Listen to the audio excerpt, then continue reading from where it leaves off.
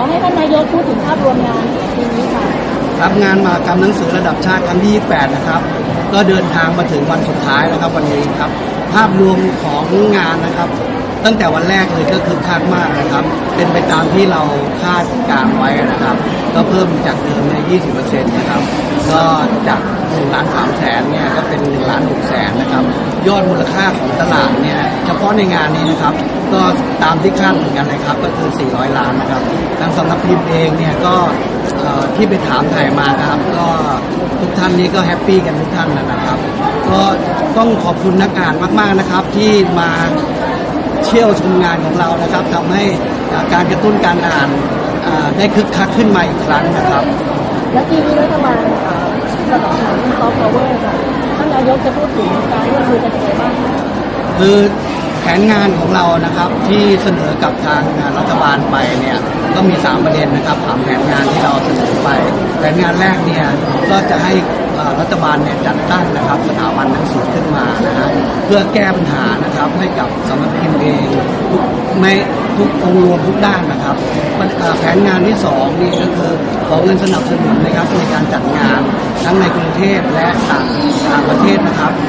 แล้วก็แผนงานที่3เนี่ยก็คืออยากจะให้รัฐบาลเนี่ยขยายนะครับห้องสมุดให้ถึงชุมชนนะครับทั่วประเทศนะครับและต้องทันสมัยด้วยนะครับ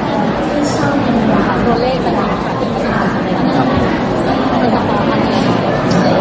ตัวเลขเนี่ยความสำเร็จในครั้งนี้นะจะสะท้อนให้เห็นนะครับว่าหนังสือเนี่ยนะครับยังไม่ตายนะครับยังอยู่นะครับเพราะว่าหนังสืออย่างที่ว่านะครับมันงานหนังสือเองเนี่ยมันมีเสน่ห์นะครับเพราะว่านักอ่านเองเนี่ยเวลาเสพงานแล้วเนี่ยเขาก็อยากมาเจอนักเขียนอยากมาขอลายเซ็นนักเขียนนะครับอยากมาเจอนักเขียนตัวจริงได้มาพูดคุยกับเขาว่ามันคือเรื่องเดียวกันสำหรับครั้งนี้แนวไหนขายดีที่สุดครับยังเป็นคงเหมือนเดิมนะครับไม่เปลี่ยนเลยก็คือเป็นแนวของไลท์โนเวลแล้วก็เป็นนิยายนะครับวัยรุ่นเนี่ยครับมังงะอะไรต่างๆนี่ครับยังติดเทรนด์อันดับ1อยู่ตลอดครับก่อนหน้านี้ค่ะมันเหมือนเปลี่ยนเป็นการอ่านออนไลน์ค่ะการเป็นอ่านเป็นเล่มมันจะกลับมาคุยอีกค่ะใช่ครับก็คือเราโดนเทคโนโลยี disruption มากๆนะฮะต้องยอมรับเลยแต่ว่าการอ่านทำไมเปลี่ยนไปคนวัยรุ่นนะตีกลับมาอ่านหนังสือเล่มมากขึ้นเพราะว่าตัวสำนักพิมพ์เองเนี่ยได้ปรับตัวนะครับคือเดี๋ยวหนังสือเนี่ยอย่างนี้ไม่ได้เป็นการอ่านเฉยๆเป็นการสะสมของวัยรุ่นด้วย